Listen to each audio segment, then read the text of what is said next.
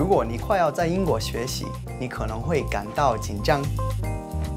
别着急，我们将会详细告诉您移居英国的所有知识。请放心吧。你可能只需要打包一些必需品带来英国。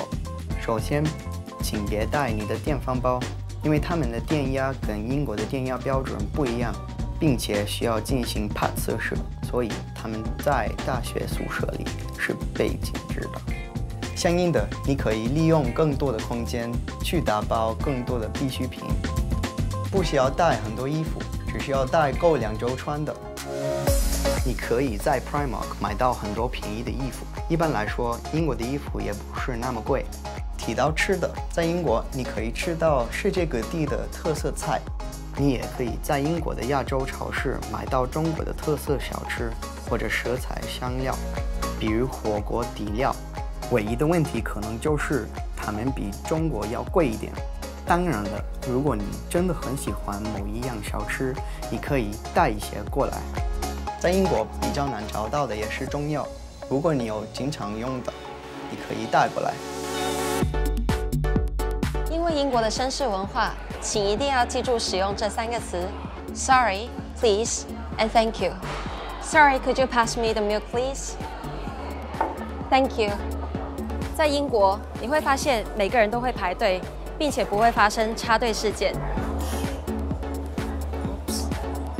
因为插队会被认为是很粗鲁的事情。虽然英国的食物不是世界上最好吃的，但也没有很难吃，所以来到英国，你可以尽量多的尝试英国的食物，这样可能会找到最爱哦。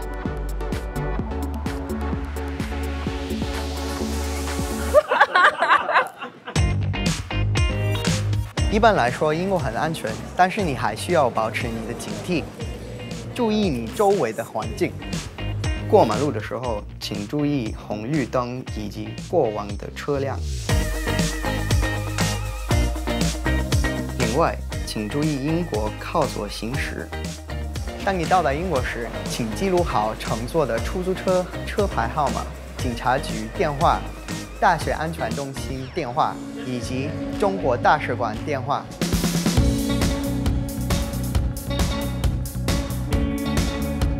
你将会在你的班上或者学校找到很多中国学生，所以不用担心你会没有中国朋友。但是，十分建议你们可以跟你们的英国或者中国同学说英语，这样可以保证你的英语水平有所提高。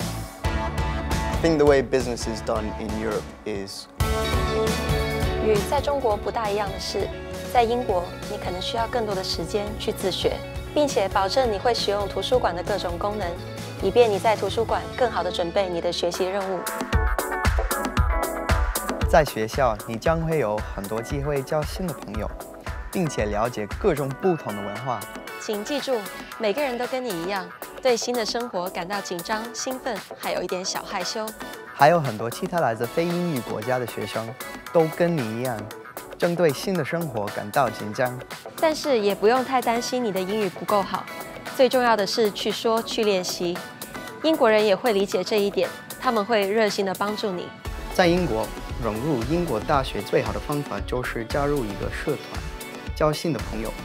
除了酒吧，社团也是很好的社交方式。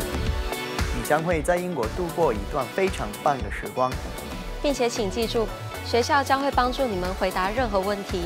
接下来，你们将会看到学校的电话号码以及邮箱。所以请放心吧。Good luck。